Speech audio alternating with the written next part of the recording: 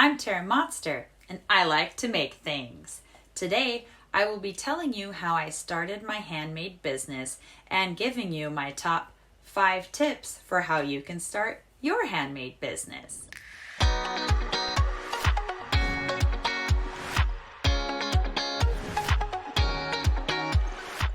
I started my business while I was still in college. I was there at Cornish College of the Arts for graphic design, and I took a workshop on screen printing. I instantly fell in love and knew that that was what I wanted to do for my senior thesis project. I launched my business the night of our senior show and did really well. So I decided it was time to make it into a full-time thing. The very first thing I did was I bought a screen printing kit with my tax return that year. This is the first press I ever bought, back in 2006. It cost about $200. The reason why it was so affordable is because it is a tabletop press. I bought the shelf unit here from Home Depot and put it on top of that. This press uses magnets to hold the screens up. It's much more affordable than getting a new press that has micro registration and shocks. Over here is my first flash dryer. I bought it as part of the kit that came with the press. I got this kit at silkscreeningsupplies.com. So how it works is you put a shirt onto the platen right here, and then it goes right over the top. It's got wheels, and you just kind of hold it there for 40 seconds or so to cure your shirt.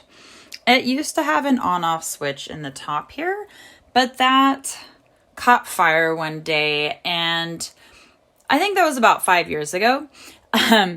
And so I just plug it in and unplug it to use it now, but it still works great. In fact, I use it when I'm doing 2-color prints to do a quick flash cure before I pull down the second color.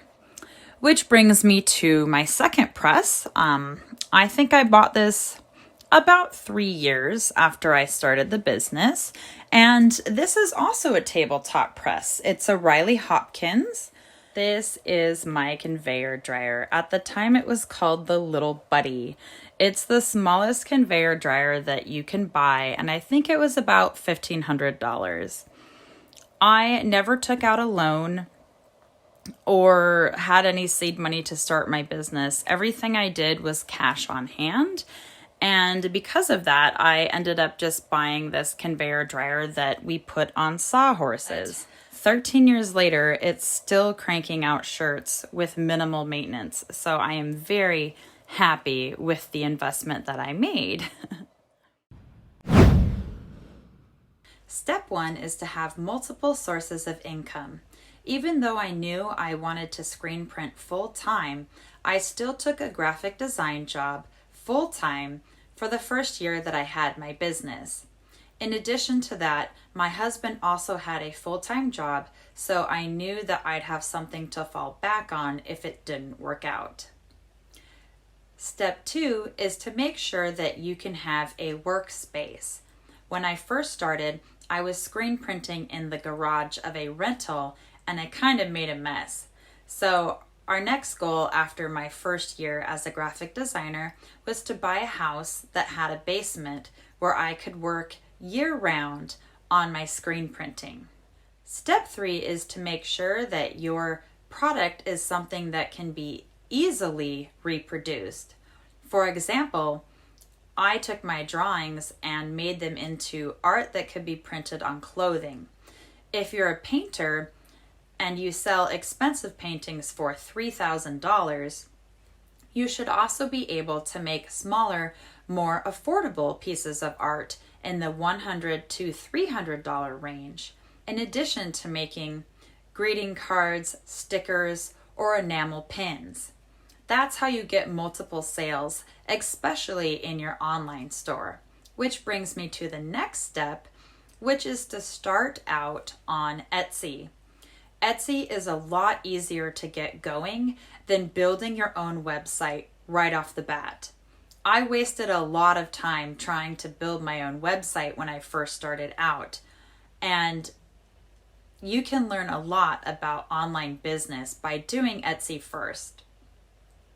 And the final step is to start doing craft fairs, farmers markets, and art shows in your local area.